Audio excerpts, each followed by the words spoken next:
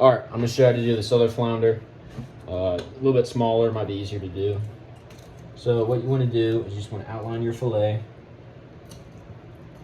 You want to take the tip of the knife and just kind of ride down a little bit.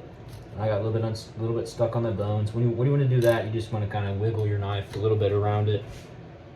Keep it from getting that bone on your fillet. Flounder are very notorious for that happening, or you cutting through the bones, which you do not want.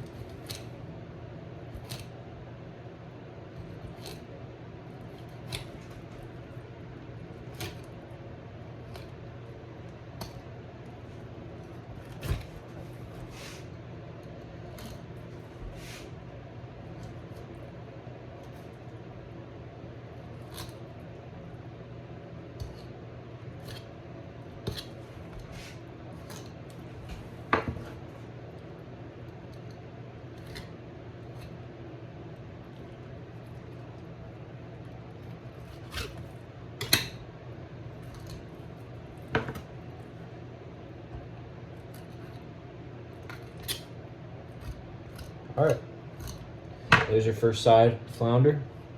We'll get that skinned up in a second. Let's do the other side real quick.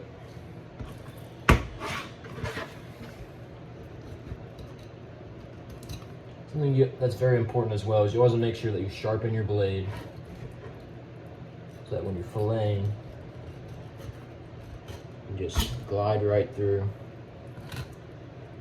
You don't want to try and saw through the fillet. You want to kind of give it some momentum on the knife. The knife is kind of just an extension of your hand.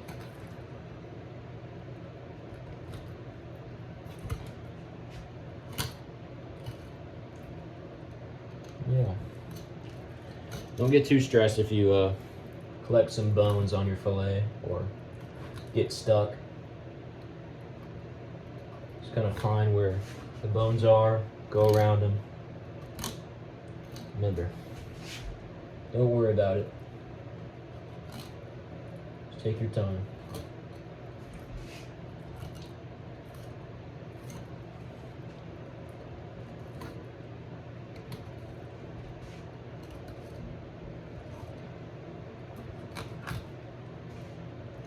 Missed a little bit of meat, but it's just no harm, no foul. Haven't filleted fish in like a whole week, so get a little bit rusty every now and then.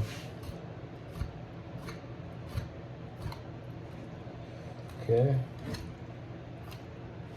Just kind of want to use the knife around it, get as much meat as you can. There we go. There's the other side. All right, now let's skin it.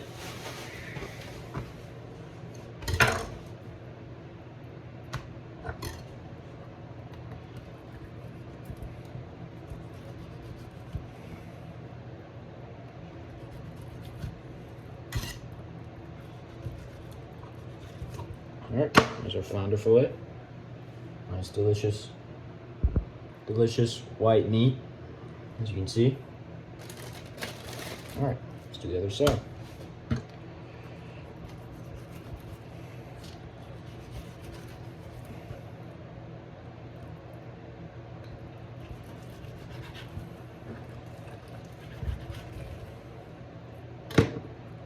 All right, let me just tear that off. Here's your other side, your flounder, very delicious. Whoa, I can already just taste the dish I'm gonna make. Flounder seared and buttered, salt and pepper. All right, not bad for two flounder. I filleted the other one. I don't know if that'll be in the video or not.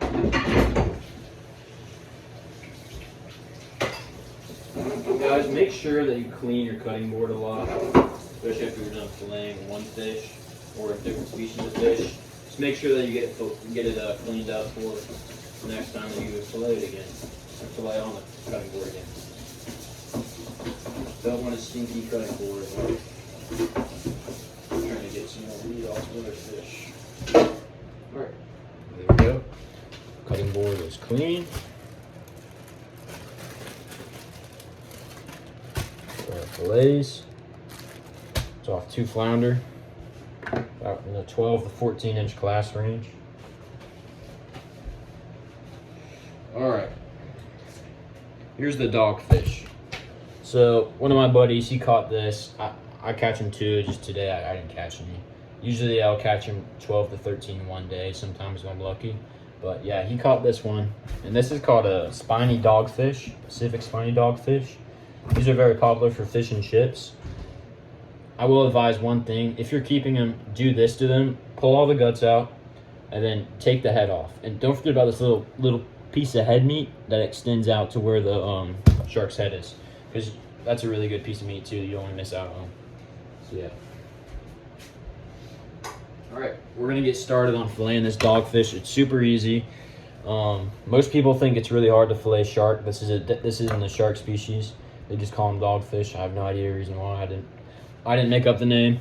But so what you usually want to do, just find which way works best for you, whether you're right or left-handed, which way to hold the shark, and then just start at the end of this. I always like starting it at where the head was, and I just kind of like to fillet it off the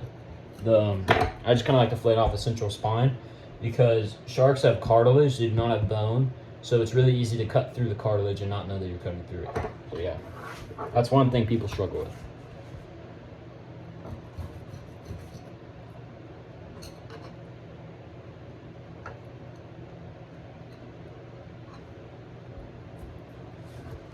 So yeah, just kind of fillet it off, kind of turn it a little bit sometimes, and then you kind of just want to glide your knife through it.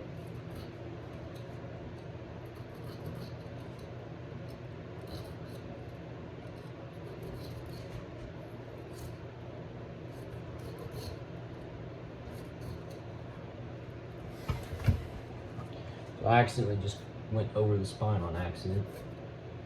So that's how easy it is to go over the cartilage. I haven't filleted one of these in like a good 2 weeks. So, see, it's really easy to not even know the cartilage is there and just cut over it. So don't beat yourself up about it. Just kind of get through it.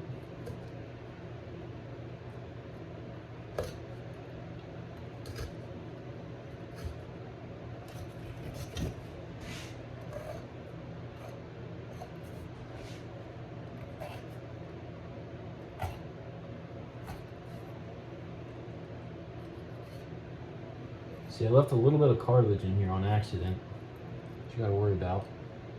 Gotta find the piece of the meat that's very, very hard, like right here. I'm just rubbing it across. It's not soft. And just kind of cut it out like that.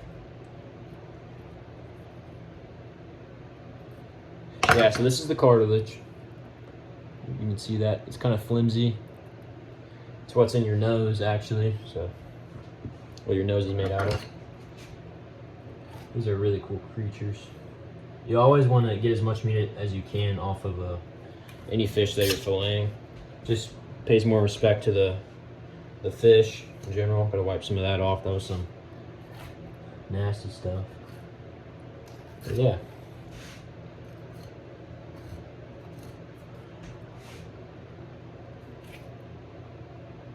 Got a little more cartilage on there too.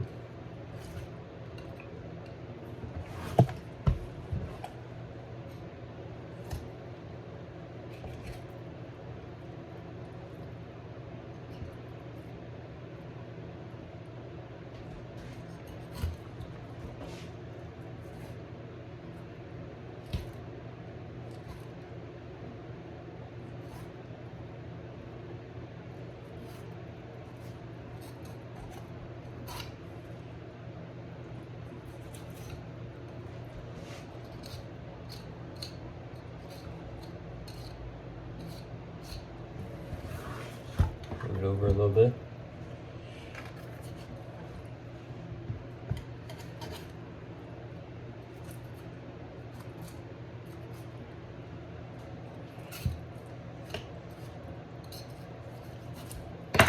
There you go. There's your dogfish fillet. Kind of skinny, but very, very long. I'm gonna show you how to skin it real quick.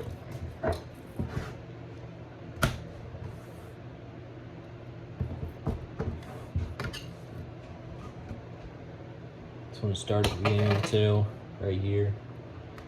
Leave a little bit of meat on, because you see that dark, you see that red meat right there? That's the bloodline. You really want to keep that out of the fish, because it kind of makes it smell very, very fishy and not as good. That's why people don't like dogfish sometimes, because they don't really cut the red meat out. I would definitely recommend cutting the red meat out every time. Even if you accidentally get some in your fillet, still cut it out.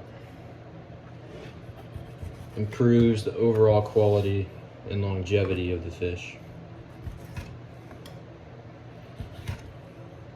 Fish fillets, not the fish. So it's kind of a steaky fish too. It's not really flaky. Best thing I would recommend it to is maybe wing cod. I've never really had wing cod, but I've seen the fillets. They're a little bit flaky, but they're more on the steakier side. So that's the best way to, best fish to compare it to. Wing cod, pollock, cod in general, that too. There you go. I always just cut these up into little chunks, like that. Make fish and chips out of them. Cut them into little nuggets too, and just fry them. That's what I would usually do. I think today I'm just gonna grill them in some butter, salt and pepper, kind of like the flounder. So yeah, get another Ziploc bag.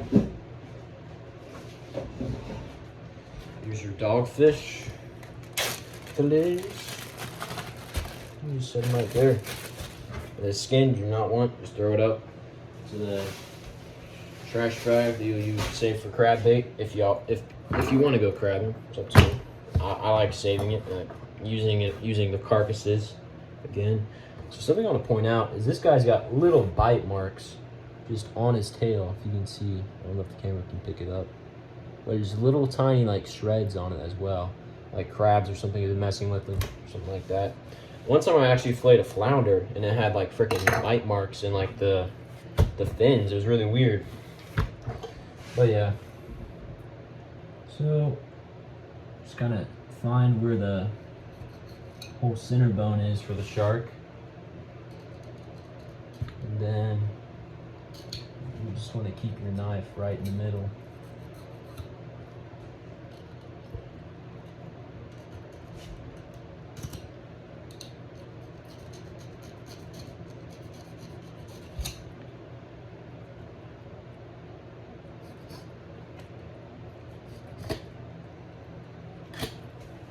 Missed a little bit of head meat there, but no biggie.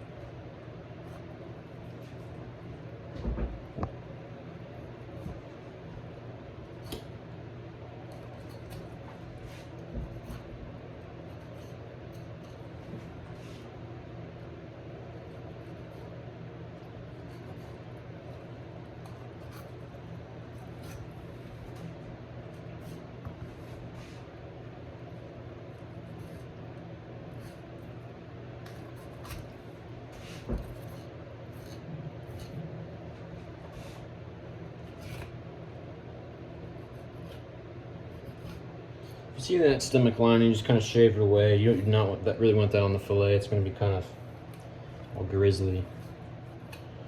It's not going to be what you want for your product. Final product. See, I missed a little bit. I haven't filleted a fish in like 2 weeks, and I'm not operating on much sleep either. May look a little bit funky, but try and outline it. I'm just going really fast because I don't really want to get this done. I'm gonna go to bed soon.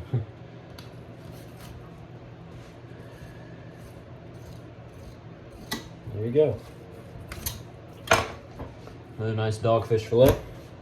Throw the carcass out. Very good crab bait right here. You do not want to just throw it in the water. You're going to reuse it so you can use as much quality as you can out of it. Get as much resources as you can out of it. Make every part of the shark count.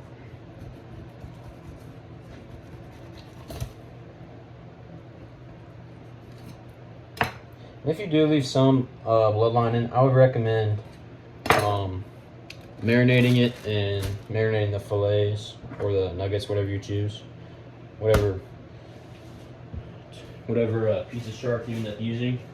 I would marinate it if you leave the red stuff on, but if you're doing what I'm doing, where you're cutting a little bit above the shark's bloodline to get rid of that, then you should be fine with not marinating, as long as you gutted it and as long as you took the head off when you